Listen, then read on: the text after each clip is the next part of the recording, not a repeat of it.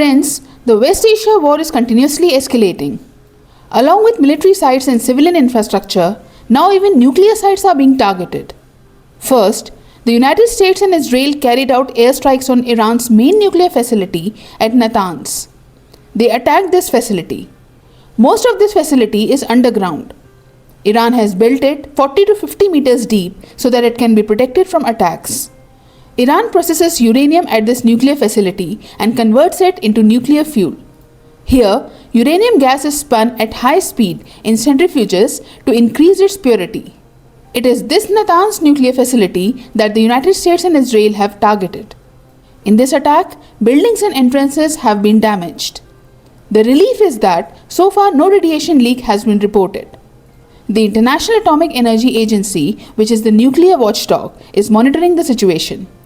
Look, there has been no immediate disaster yet. But whenever a nuclear site is attacked, the risk of a radiation leak increases significantly. This can trigger a regional or even a global disaster. This is because nuclear sites contain radioactive substances. For example, uranium is stored in different forms. It is stored in solid form, gas form, and dust form. These nuclear materials emit radiation. For example, gamma rays. Radiation can damage human cells. It can damage DNA, which can increase the risk of cancer. Uranium gas is especially risky. Uranium is often stored in the form of uranium hexafluoride gas UF6. This gas is not only radioactive but also chemically toxic. If it leaks, it reacts with air. It forms corrosive acids. Inhaling it can damage the lungs. Its presence in the environment can also damage the skin and eyes. So, when nuclear sites are attacked, the leakage not only poses a radioactive risk but also a chemical risk. Therefore, attacking nuclear sites always carries the risk of contamination. Nuclear dust or gas can spread. People nearby can be at risk. This toxic spill can cause long-term health damage. Nuclear sites are extremely complex. Centrifuges there spin at very high speeds. Pipelines are filled with uranium gas.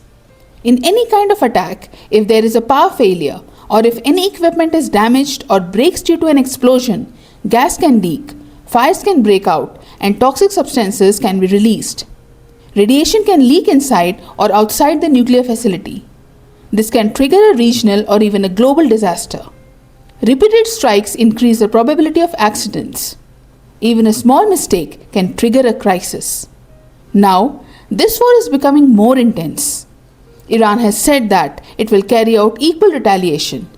It has said it will respond in a tit-for-tat manner, and Iran has done so.